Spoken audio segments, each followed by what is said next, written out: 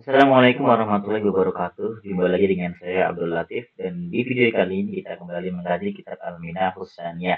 Kitab ini ditulis oleh Imam Asy'arani, salah seorang sufi besar di zamannya, dan beliau menuliskan kitab Minah Husaniyah ini seringkas mungkin dasar untuk kita kaji agar bisa lebih mudah memahami bagaimana cara orang sufi itu mendekat kepada Allah Subhanahu wa taala dengan hati yang bersih. Nah, ini penting sekali bagi kita mengingat kita ini orang Islam dan kita harus menunjukkan hati untuk Allah Subhanahu wa taala, maka perlu kita kaji ini. Kalau fikih itu untuk memperbaiki syariat, cara sholat, cara zakat dan lain sebagainya. Tapi kalau ilmu tasawuf ini untuk memperbaiki hati kita, bagaimana ikhlas, bagaimana tawadu, bagaimana sabar dan lain sebagainya. Jadi penting sekali kalau fikih untuk syariat, untuk zahir kita, kalau tasawuf ini untuk batin kita supaya bersih begitu teman-teman ya. Nah, bagi teman-teman yang ketinggalan bisa mengikuti kajian-kajian saya sebelumnya, bisa lihat di playlistnya teman-teman. Baik, jangan lupa untuk share, komen, dan subscribe jika ini bagus untuk teman-teman agar juga membantu kita untuk selalu update konten setiap hari. Baik, kita akan mulai baca. Bismillahirrahmanirrahim. Qala al-musannifu rahimahullahu taala wa nafa'ana bihi wa bi'ulumihi fid dharain amin ya rabbal alamin. Telah berkata penyusun kitab ini yaitu Asy-Sya'rani, mudah-mudahan kita semua mendapatkan keberkahan ilmu beliau dan manfaat ilmu beliau. Begitupun semoga Allah menjadikan ilmu kita manfaat di dunia dan di akhirat amin ya rabbal alamin. Wala tatruk, janganlah engkau meninggalkan qiyamal laili terhadap qiyamul lail. Fa innahu nurun lil mu'min, karena sesungguhnya qiyamul lail itu cahaya bagi seorang mukmin. Di yaumil qiyamati, di hari kiamat. Yas'a min baini yadayhi, cahaya itu akan berjalan di depan dia, wa min khalfihi, dan di belakang dia. Tuh, qiyamul lail. Wa fi kalamihim, di antara dalam ucapan-ucapan para ulama, man tola, barang siapa yang lama wukufuhu, berdirinya dia baina yadayillahi ta'ala, di hadapan Allah Subhanahu wa taala, fi dzulami, dalam kegelapannya malam, sabbatallahu ta'ala qadamaihi, maka Allah akan mengokohkan kedua kaki dia ala siroti, di atas sirat atau jembatan sirat mustaqim. Yauma tazalzulil aqdami, hari di mana kaki-kaki itu bergemetar ketika melewati jembatan sirat mustaqim. Ini keutamaan orang yang qiyamul lail ya. Kalau semakin lama kita berdiri di hadapan Allah Subhanahu wa taala di malam hari untuk melakukan sholat, ibadah, maka Allah akan mengokohkan kaki kita pula nanti di hari kiamat ketika melewati suatu mustaqim. Yang mudah-mudahan seperti itu ya, kita mendapatkan berkahnya ya, amin ya. Masya Allah. Waqad rawa muslimun fi sahihihi, dan sungguh Imam Muslim telah meriwayatkan dalam kitab sahihnya, yaitu kitab sahih Muslim, afdhalus sholati ba'dal maktubati, salat yang paling utama setelah salat wajib, salat duhur, asar, dan isya, dan lain itu 5 salat wajib itu. As-salatu fi jawfil laili, yaitu salat di tengah malam. Ya, fi jawfil, jawf itu di pertengahan, pokoknya di tengah malam, di malam hari. Jadi sholat yang paling utama setelah sholat wajib yaitu sholat qiyamul lail. Selanjutnya warawa al-Baihaqi wan Nasa'i. Imam Baihaqi dan Imam Nasa'i juga meriwayatkan, yuhsyarun nasu fi sa'idin wahidin yaumal qiyamati. Manusia nanti semuanya akan dibangkitkan dalam satu bukit di hari kiamat. Fayunadi munadin, maka kemudian ada sesuatu yang memanggil. Fayaqulu, yang memanggil tadi berkata seperti ini. Ainal ladzina kanu tatajafa junubuhum 'anil madaji'. Di manakah orang-orang yang mereka lambungnya jauh dari tempat tidurnya? Artinya lambungnya jauh dari tempat tidurnya itu apa namanya? Dia tidak berbaring, tapi dia berdiri. Maksudnya ini orang-orang yang qiyamul lail. Fayaqumuna wa hum qalilun, maka berdirilah orang-orang yang lambungnya itu jauh dari tempat tidurnya, atau orang-orang yang rajin bangun malam. Mereka semua berdiri. Wa hum qalilun, mereka itu sedikit. Fayadkhulul jannata bighairi hisabin, kemudian mereka masuk ke dalam surga tanpa hisab. Oh, Masya Allah ya. Tsumma yu'maru bisa nasi ilal hisabi, kemudian seluruh manusia digiring untuk dihisab. Jadi mereka duluan. Ini salah satu keutamaan Qiyamul Lail. Kalau Qiyamul Lail kita ikhlas diterima Allah Subhanahu wa taala, mungkin kita bisa mendapatkan ini ya, apa namanya, tanpa hisab masuk ke dalam surga. Ini Qiyamul Lail, teman-teman. Ini hadisnya ya. Kemudian warawa at-Tirmidzi, telah meriwayatkan Imam at-Tirmidzi Rasulullah SAW bersabda, "Alaikum bi qiyamil laili." Alaikum bil qiyamil laili, senantiasalah kalian untuk sholat malam. Fa innahu da'bus sholihin. Karena sesungguhnya sholat malam itu da'bus sholihin, ketekunannya orang-orang soleh. Jadi orang-orang soleh itu tekun dalam menjalankan qiyamul lail. Qablakum, sebelum kalian, wa qurbatun ila rabbikum, dan merupakan amaliyah untuk mendekat kepada Tuhan kalian.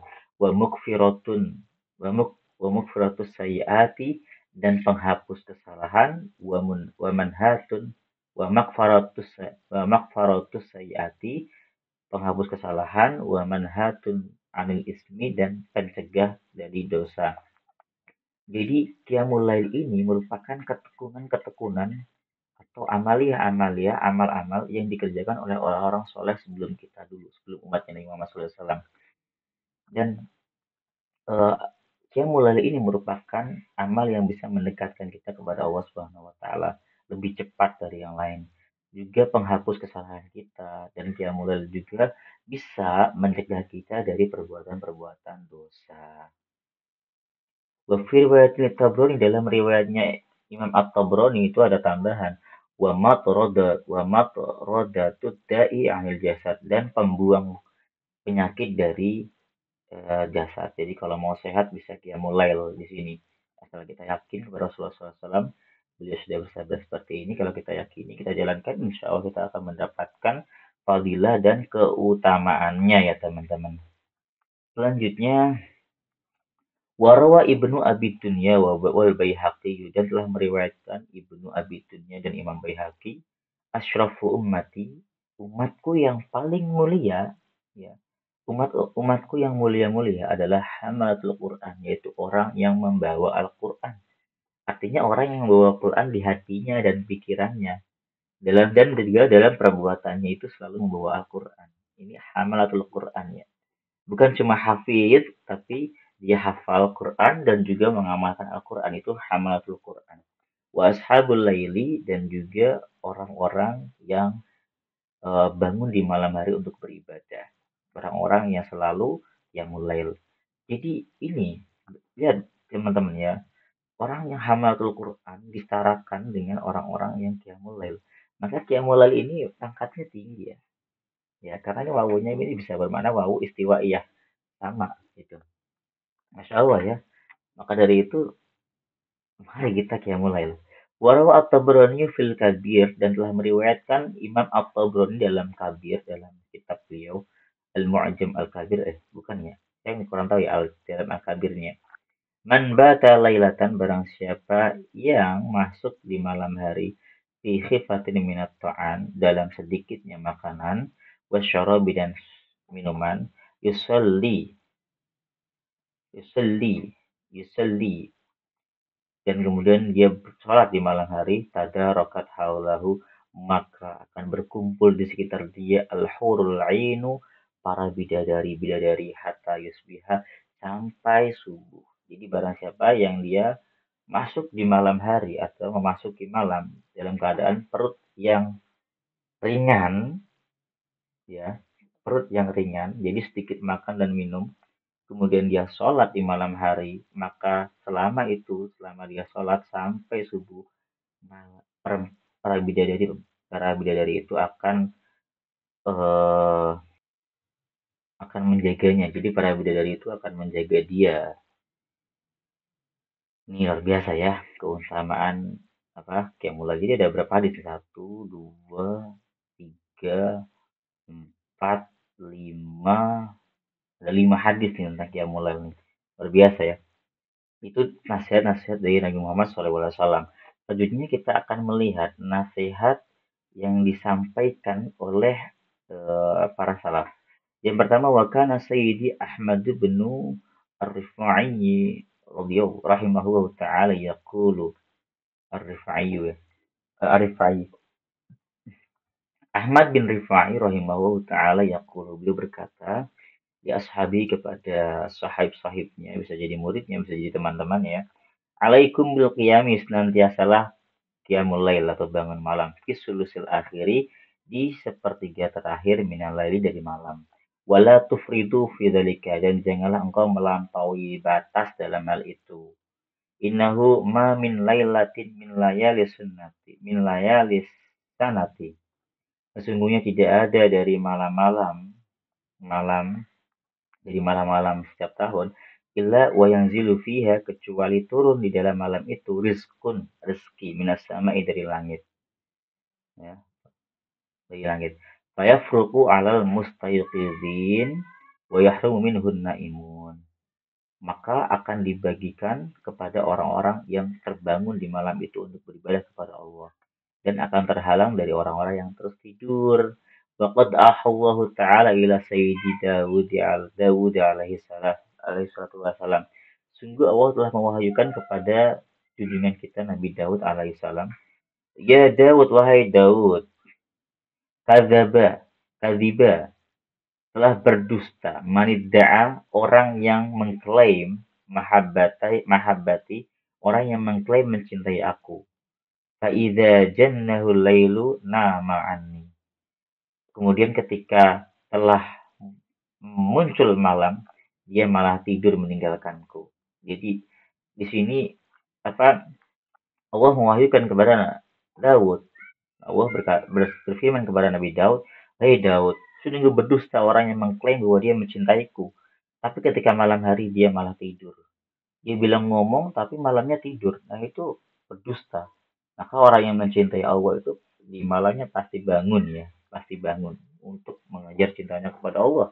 Begitu ya teman-teman. Wa kana Sayyidi Ali Al-Khawas rahimahullahu taala. Nah, Sayyidi Ali Al-Khawas, Syekh Ali Al-Khawas ini, yahussu ashabahu katsiran ala niyyati qiyamil lail. Beliau memotivasi sahib-sahibnya atau murid-muridnya dengan banyak atas niat qiyamul lail. Jadi dikasih motivasi untuk selalu ketika mau tidur meniatkan qiyamul lail. Wa yaqulu, beliau berkata, inna syari'a qad rattaba as-sawaba 'ala niyyati la 'ala 'amali. Sesungguhnya orang yang sedang berjalan kepada Allah sungguh telah menertibkan pahala atas niatnya, bukan atas amalnya. Jadi artinya orang-orang yang ingin mendekatkan kepada Allah Subhanahu wa taala itu pertama selalu memperbaiki niatnya, selalu menertibkan niatnya. Kalau malam hari mau sholat, ya kita niatkan dulu sholat, kita niatkan apa begitu ya, amal-amal soleh. Faman azima khairan, barang siapa yang dia meniatkan kebaikan, wala yuqassam lahu, kemudian kebaikan itu tidak dia bisa dapatkan, atau huwa ta'ala ajran niyatih, maka Allah akan memberikan pahala atas niatnya itu. Jadi dia sudah niat kebaikan nih, tapi dia nggak bisa mencapai kebaikan itu, maka Allah Subhanahu wa taala akan tetap memberikan pahala kepada orang yang berniat itu, dikarenakan niat dia ingin melakukan itu. Paham ya teman-teman ya? Fa innahu qala fil hadis, sesungguhnya Rasulullah SAW bersabda dalam hadisnya, innama likulli imri'in ma nawa, sesungguhnya bagi setiap orang apa yang dia niatkan. Kalau niatnya bagus, maka dia akan mendapatkan kebaikan. Kalau niatnya buruk, belum dicatat buruk. Tapi kalau sudah dia melakukan keburukan, maka keburukan itu baru dicatat buat dia. Walam yakul, dan Nabi tidak bersabda likulli imri'in ma fa'ala. Bagi setiap orang apa yang dikerjakan. Nah, Nabi itu bersabdanya likulli imri'in ma nawa, apa yang dia niatkan itu yang akan dia dapatkan. Nabi tidak bersabda bagi setiap orang apa yang dia kerjakan. Bukan, bagi pokoknya bukan di amalan, tapi di niatnya teman-teman.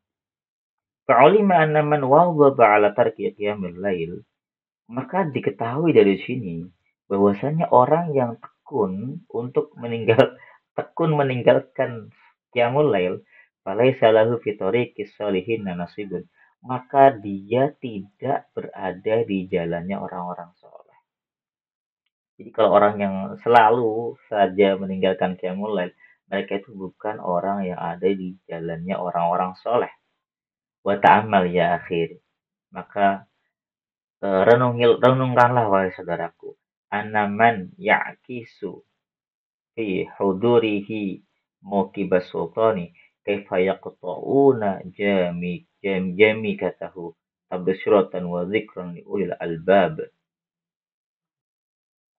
Wa ta'amal, maka renungkanlah wahai saudaraku, anaman ya'kisu fi hudurihi mukibas sultan, bahwasanya yang eh, orang yang menolak dihuduri dalam hadirnya dia Mauqibas Sultan di konvoinya para raja, kaifa yaqta'una jamikitahu. Bagaimana para raja itu akan memotong upah dia, tabsirotan sebagai bahan pelajaran, wa dzikra, ada peringatan di ulil albab bagi orang-orang yang memiliki pemikiran. Jadi tadi orang yang tidak sholat malam itu, tadi kan dia tidak mendapat jatah falai salahu fitori kesolihin nasibun. Orang yang meninggalkan sholat malam, ya, lalu meninggalkan sholat malam, maka itu seperti maka mereka itu tidak mendapatkan jatah di jalannya orang-orang soleh. Seperti seorang pegawai yang dia nggak pernah masuk kerja, bagaimana dia akan mendapatkan jatah upah gajinya seperti itu. Jadi harus selalu hadir ya di hadapan Allah setiap malam ya, supaya kita mendapatkan kebahagiaan rezeki dari Allah. Rezeki berupa apa? Berupa nur, cahaya, keimanan yang lebih kuat lagi. Falam dzalika ya akhi, maka ketahuilah itu wahai saudaraku. Wala tatruk, dan janganlah engkau meninggalkan qiyamul lail. Takut warda, karena sungguh telah datang dalam hadis, inna umma sayyidi Sulaimana alaihi salatu wassalam, sesungguhnya ibunya junjungan kita Nabi Sulaiman alaihi salatu wassalam, qalat, beliau berkata, ya bunayya, wahai anakku, la tatruk qiyamul lail, janganlah engkau meninggalkan qiyamul lail. Fa inna tarka qiyamil laili, sesungguhnya meninggalkan qiyamul lail itu ya yad'ur rajula faqiran yaumil qiyamah, itu menyebabkan seseorang menjadi fakir, menjadi miskin di hari kiamat karena nggak dapat gaji. Jadi miskin kalau kita meninggalkan qiyamul lail, nanti di hari kiamat jadi miskin. Jadi hendaknya kita memperbanyak qiyamul lail supaya nanti di hari kiamat kita mendapatkan upahnya ya, jadi kaya ya. Tapi harus ikhlas sih, harus ikhlas syaratnya. Kalau mau dapat upah yang lebih besar harus ikhlas, benar-benar ikhlas untuk Allah Subhanahu wa taala. Wal yakun, dan hendaknya qiyamul lail, hendaknya qiyamul lail fi baitaka, itu di rumah kamu. Jadi qiyamul lail paling bagusnya ini di rumah. 5 warada, karena ada keterangan yang hadis yang datang. Sholli fi zawaya baitika, salatlah di ujung-ujung sudut-sudut rumah kamu. Yakun nuru baitika, maka cahaya rumah kamu ya bisa di langit itu akan menjadi kanuril kawakibi, akan menjadi seperti cahaya bintang-bintang, wan nujum, dan benda-benda langit lain kayak komet dan sebagainya. Jadi seperti cahaya bintang-bintang di langit. Rumah kita itu bersinar di langit itu. Di ahli dunia, bagi ahli dunia. Jadi rumah kita ini seperti, kalau kita lihat ke langit kan bercahaya, berkilau-kilauan ya. Ya, kalau kita rajin sholat malam, rumah kita ini kalau dilihat dari langit seperti rumah-rumah bercahaya, walaupun rumahnya gelap gulita. Tapi karena ada orang sholat yang mulai di situ, maka seperti cahaya seperti itu. Wafis sahihain, dan dalam dua kitab sahih, yaitu Sahih Bukhari dan Sahih Muslim, Rasulullah SAW bersabda, afdhalus sholati sholatul mar'i fi baitihi. Sholat yang paling utama adalah sholatnya seseorang di rumahnya. Ilal maktubata, kecuali sholat sunnah, kecuali sholat wajib. Jadi sholat sunnah itu paling utama memang di rumah ya. Tapi kalau sholat wajib paling utama di masjid. Wa qala ba'du salaf, berkata sebagian para ulama salaf, inna afdhala sholatin nafilati, sungguhnya sholat sunnah yang paling utama fil baiti it, uh, oh salah ya, inna fadla sholatin nafilati, sesungguhnya keutamaan sholat sunnah fil baiti di rumah, kafadlil faridati fil masjid, seperti keutamaan sholat fardu di dalam masjid. Jadi keutamaannya itu sama, keutamaannya ya, tapi kalau pahalanya ya berbeda. keutamaannya sama. Wa an Abil Jildi. Jadi Abul Jild. Qala laqiya Isa alaihi salatu wassalamu iblisa. Nah, suatu hari Nabi Isa alaihi salatu wassalam bertemu dengan iblis. Faqala lahu, kemudian Nabi Isa berkata kepada iblis, "Ya iblis, wahai iblis, as'aluka bil hayyil qayyum, malladhi malladhi yasillu jismuka wa yaqta'u dhahraka." Nah, di sini Nabi Isa alaihissalam bertanya kepada iblis, "Wahai iblis, aku bertanya kepada kamu demi demi zat yang maha hayyu maha qayyum, demi Allah maksudnya. Maladhi yasulu jismaka wa yaqta'u dhahraka." Apa yang dapat apa namanya itu? Yasulu jismaka itu saya lupa nih. Yasulu jismaka itu mencabut ya, mencabut atau menyiksa dengan pelan-pelan. Apa yang menyiksa tubuhmu dan memotong memotong punggungmu. Apa yang dapat menyiksa tubuhmu dan memotong punggungmu. Kemudian iblis berkata, "Ya Nabi Allah, laula annaka sa'altani bil hayyil qayyumi ma akhbartuka." Wahai Nabi Allah, seandainya engkau tidak bertanya dengan sumpah atas nama Allah, maka aku tidak akan memberikan informasi ini kepadamu. Ammalladhi yasulu jismi. Adapun perkara yang membuat tubuhku itu merasa cabik-cabik adalah fasuhailul khayli, yaitu teriakan kuda, rintikan kuda fisabilillah yang berperang di jalan Allah. Wa amal ladzi yaqta'u dhahri, adapun yang memotong punggungku adalah fasalatur rajuli al-fariidata fil masjidi wan nafilata fi baitihi. Yang memotong punggungku itu adalah sholatnya lelaki di masjid, sholatnya lelaki, ya, sholat fardunya laki-laki di masjid dan sholat sunnahnya di rumahnya. Jadi ini keutamaannya ya. Keduanya ini bisa mengusir setan. Ya, kalau setan punggungnya dipotong gitu kan sakit ya pasti. Ya, disakit. Jadi untuk mengusir setan ya kita sholat di masjid atau sholat di rumah. Sholat di masjid yaitu sholat fardu, kalau di rumah sholat sunnah seperti itu.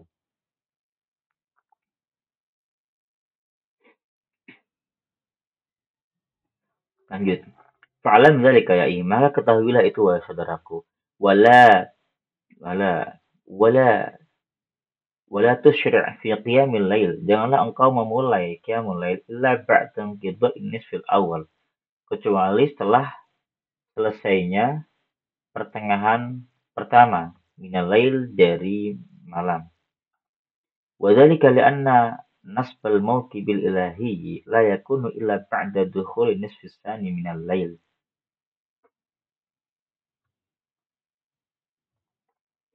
Hal itu karena hal itu karena dimulainya prosesi Tuhan, prosesi Allah Subhanahu wa taala itu hanya setelah masuknya paruh kedua dari waktu malam itu. Wa huwa awwalu wuqufi kubara'il hadratil ilahiyah. Paruh pertama itu hanya bagi orang-orang yang merupakan pembesar hadrahnya Allah. Jadi orang-orang yang pembesar, saya kurang paham ya.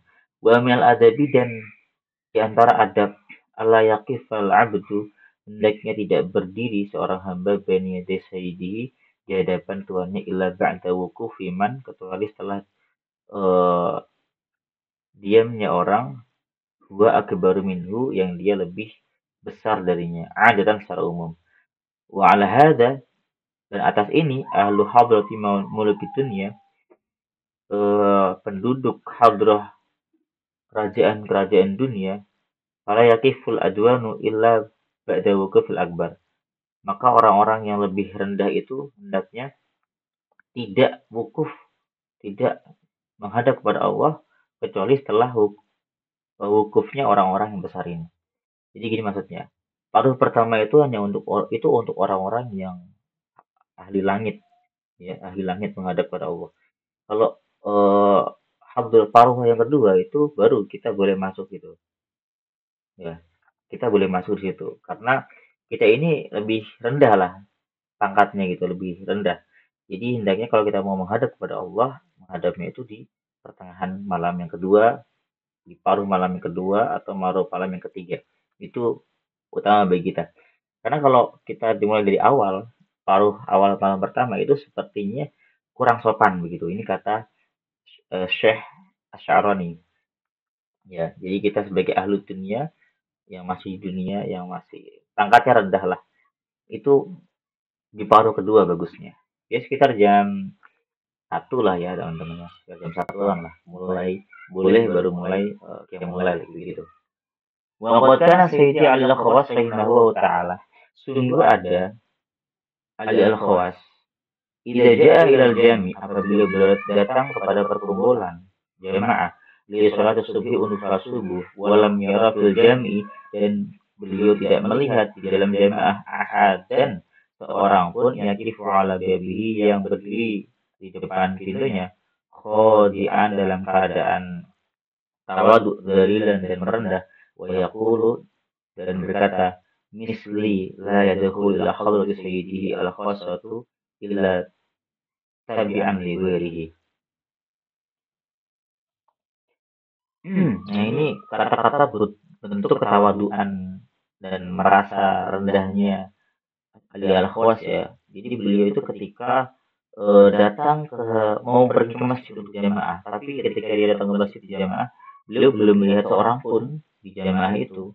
Dia akan berdiri di pintu masjid itu, ya, berdiri sambil apa namanya merendah, menunggu ada orang yang masuk. Jadi dia berkata gini, misli orang sepertiku, la yadkhulu ila hadrati sayyidi, tidak akan masuk ke hadrah tuannya al khassati yang istimewa, illa tabi'an li kecuali karena kecuali setelah orang-orang yang lain. Jadi beliau ingin masuk ke rumah Allah itu mendahulukan orang lain terlebih dahulu. Itu seperti itu. Jadi saking tawadunya beliau gak berani masuk ke masjid itu karena menunggu yang lain dulu. Tawadu ya. Jadi takut gak sopan sama Allah. Beliau menunggu yang lain dulu masuk baru dia masuk. Ini unik ya, Ali Al-Khawas ini ya. Luar biasa ini.